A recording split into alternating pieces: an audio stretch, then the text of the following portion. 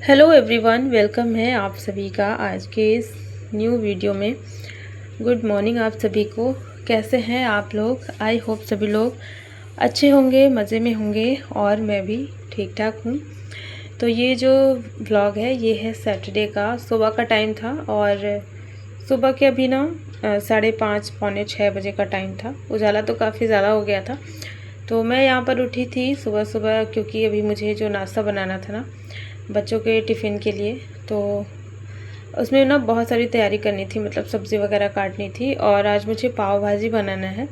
तो पाव भाजी में ना इसमें बहुत सारी सब्जियां वगैरह रहती हैं, तो ये सब मुझे कट करना था। तो इसीलिए आज मैं थोड़ा जल्दी लग गई थी टिफ़िन तैयार करने में।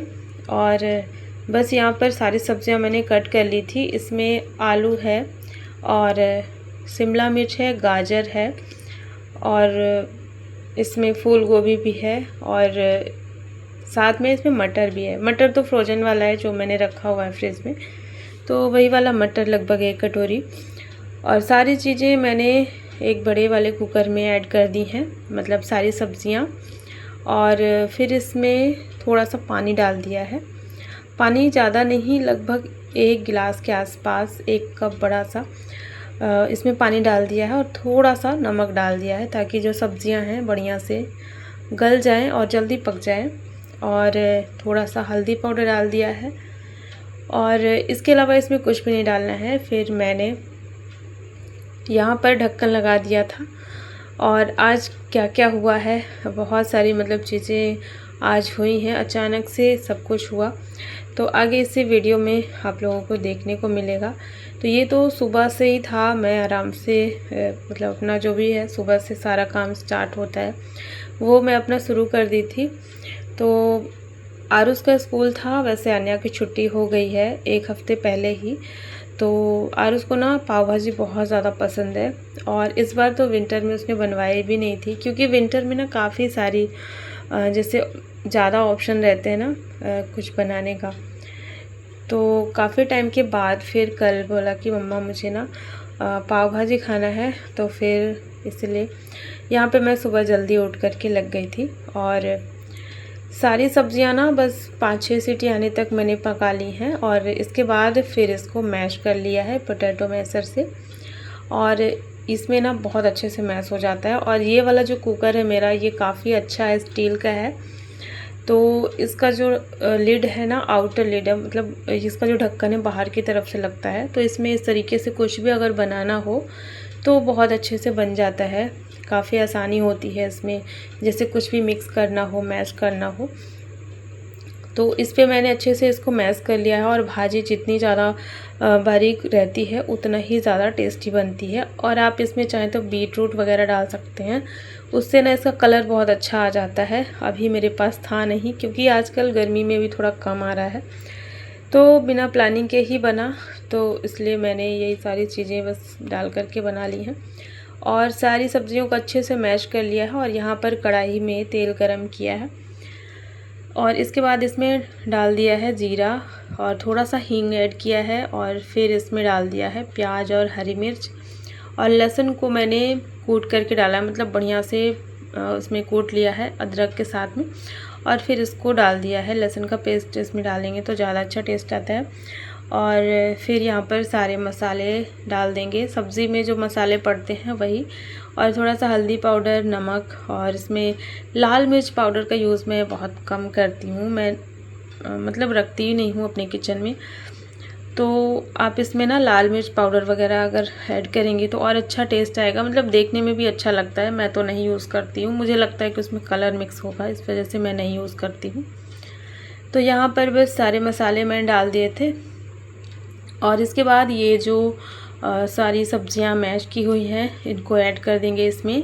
फिर थोड़ा सा मैंने पानी भी डाल दिया था, कुकर में ही हल्का सा जो लगा था उसको धो करके डाल दिया था, ज़्यादा पानी नहीं डाला है, हल्का सा ये गाढ़ा ही रहता है।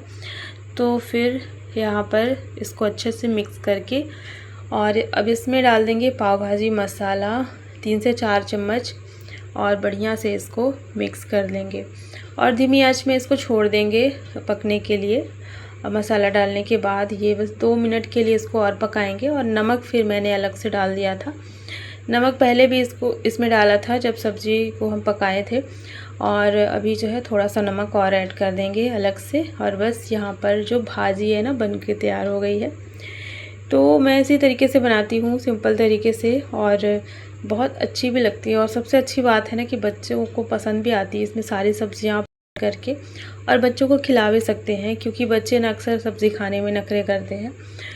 तो इसमें आप सारी सब्जियां ऐड करके बच्चों को आराम से खिला सकते हैं। और यहाँ पर अब मैं ब्रेड को सेक ले रही हूँ। तो इसके साथ में जो पाव खाते हैं ना, वो आरुष को बिल्कुल पसंद नहीं आता। तो आरुष को ना सिंपल वाले ब्रेड अच्छे लगते हैं। तो ये आरुष से लेकर के आए थे कल अपनी पसंद से ही कि मुझे क्या खाना है। तो मैंने छोटे साइज़ वाले ब्रेड मंगाए थे, बड़े वाले ना टिफ़िन में फिर आते नहीं हैं, तो इसलिए मैंने छोटे साइज़ वाले मंगाए थे। तो अभी मैं इसमें थोड़ा सा घी लगा करके और सेक दे रही हूँ हल्का सा, और फिर ये मैं पैक कर दूँगी टिफ़िन में, और थोड़ा सा नाश्ते के लिए भी दे दूँगी खाने के लिए अभी। और बस यहाँ पर बन चुका था नाश्ता हमारा।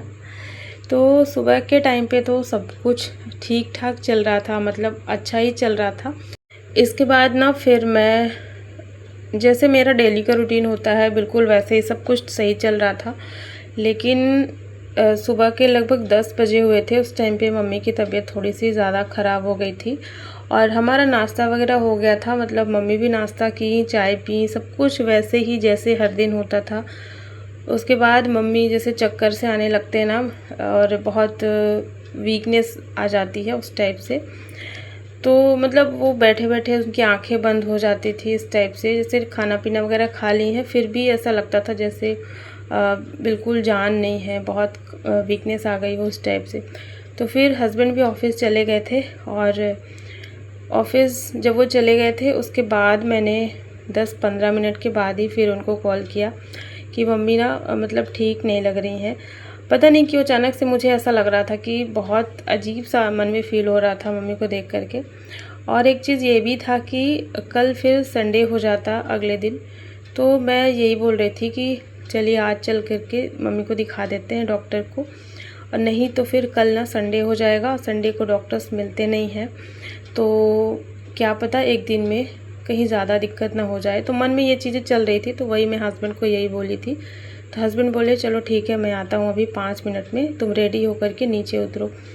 तो हम लोग फिर तुरंत से, मतलब बिल्कुल भी लेट नहीं किए, 5 मिनट में मैं रेडी हो गई थी। सिर्फ मैंने पानी की बोतल रखी थी अपने पास, और मम्मी तो वैसे ही जैसे कपड़ा अपना पहनी थी बिल्कुल वैसे ही, कुछ भी चेंज वगैरह नहीं किए। सीधा हम लोग पहुंच गए थे हॉस्पिटल। और घर पर अन्या थी, तो अन्या को मैं अपना फ़ोन दे कर के आई थी, क्योंकि घर पर कोई था नहीं, आरुष स्कूल से आने वाले थे 12-12:30 बजे तक। तो इस वजह से मैं ना अन्या को अपना फ़ोन दे कर के गई थी कि घर में अगर कोई दिक्कत ना हो के लिए। तो वैसे तो घर से यही सोच कर के हम लोग गए थे कि डॉक्टर को दिखाएंगे, डॉक्टर दवा वगैरह दे करके भेज देंगे तो मम्मी को आराम मिल जाएगा। लेकिन जब हम लोग वहाँ पे पहुँचे ना, डॉक्टर को हम लोगों ने दिखाया, तो डॉक्टर ने बोला कि इनकी हालत जो है ना बहुत ज़्यादा ख़राब है और इनको एडमिट करना पड़ेगा। और जैसे डॉक्टर ने इंजेक्शन भी एक लगवाया था, और उसके बाद मतलब उन्होंने मतलब कोशिश की थी कि ये शायद ठीक हो जाएंगी तो इनको वापस घर भेज देंगे, लेकिन मम्मी की हालत बिल्कुल भी ठीक नहीं थी। तो फिर डॉक्टर ने बोला कि अगर आप घर लेकर के जाएंगे तो सही नहीं होगा, मतलब ज़्यादा दिक्कत हो सकती है। तो इसीलिए हम लोग भी फिर रिस्क नहीं लिए। डॉक्टर ने बोला आप इनको एडमिट कर दीजिए, तो 1-2 दिन में शायद ठीक हो जाएंगी। तो हॉस्पिटल में ये होता है ना कि जैसे डॉक्टरों की निगरानी में रहते हैं पेशेंट, तो ज़्यादा अच्छे से इलाज हो पाता है, नहीं तो घर में ला कर के ना फिर वही टेंशन बनी रहती है। तो इसलिए हम लोग भी ज़्यादा रिस्क नहीं लिए, हमने डॉक्टर की बात मान ली और फिर मम्मी को एडमिट कर दिए थे। तो एडमिट करने के बाद फिर हम लोग गए थे बाहर खाना खाने के लिए, क्योंकि नाश्ता करके निकले थे, फिर दोपहर में थोड़ी सी भूख लग गई थी और मम्मी को मतलब आराम था, जैसे सो गई थी, तो हम लोग बाहर आ गए थे। बाहर यानी कि हॉस्पिटल के ही बाहर में एक कॉफ़ी हाउस है, वहाँ पे कुछ खाने के लिए आ गए थे। और उसके बाद फिर हस्बैंड चले गए थे वापस घर, और क्योंकि सामान तो हम लोग कुछ लेकर के नहीं आए थे, तो फिर शाम को हस्बैंड वापस आए हैं सारा सामान वगैरह लेकर के। कपड़े वगैरह जो भी ज़रूरत की चीज़ें होती हैं, जो भी हॉस्पिटल में ज़रूरत पड़ती हैं, तो वही हस्बैंड लेके आए थे। और साथ में बच्चों को भी लेकर के आए थे शाम के टाइम पे।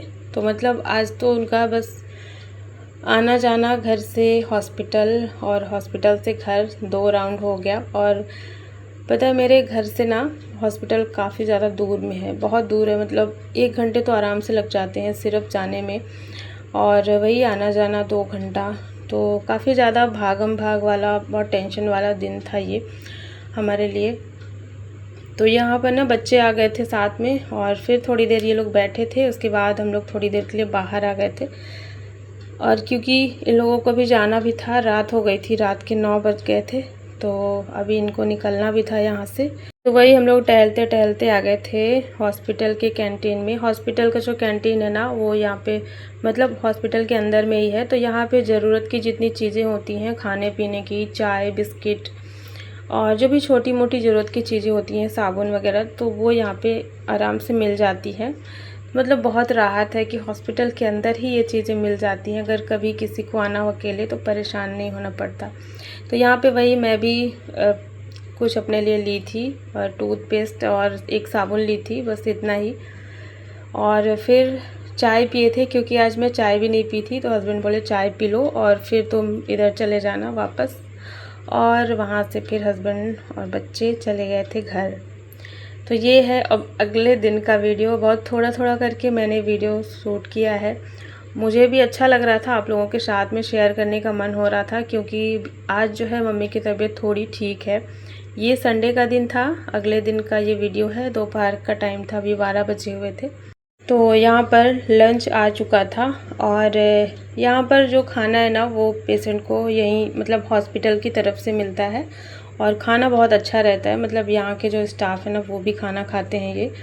तो सबसे अच्छी बात ये है कि यहाँ पे टाइम से सब कुछ दिया जाता है। सुबह जो नाश्ता है वो 7 बजे आता है, नाश्ते में ब्रेड दूध रहता है, और लंच के टाइम पे पूरा कंप्लीट थाली रहती है। इसमें 2 तरह की सब्ज़ी, रोटी, चावल, दाल, और मतलब सब कुछ रहता है। तो खाना बहुत अच्छा रहता है। तो मम्मी यहाँ पे खाना खा रही थी, 12 बजे का टाइम था। यहाँ पर पहले से मतलब कल से काफ़ी अंतर था। उठ कर के फिर वॉशरूम जाना और फिर आकर के आराम से खाना खा रही थी। तो मतलब कुछ दवाइयाँ भी चल रही थी, और उसी का असर था शायद, पता नहीं। आज तो एकदम से ठीक थी मम्मी।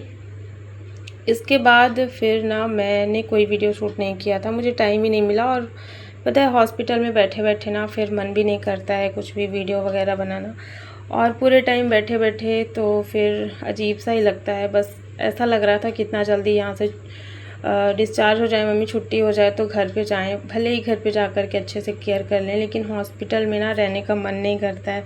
तो ये मंडे का वीडियो क्लिप है। और यहाँ पर ना हम लोग कार में बैठे थे, क्योंकि मम्मी की हॉस्पिटल से छुट्टी हो चुकी थी, मतलब वहाँ से डिस्चार्ज कर दिया गया था। और ठीक है, पहले से काफ़ी आराम है, लेकिन उतना भी ज़्यादा नहीं है, बस दवा दे करके और डिस्चार्ज कर दिया गया है उनको। तो यहाँ पर ना मैं मम्मी बैठे हुए थे कार में, और हॉस्पिटल के बाहर में अभी यहीं पर थे, और हस्बैंड गए थे दवा लेने के लिए।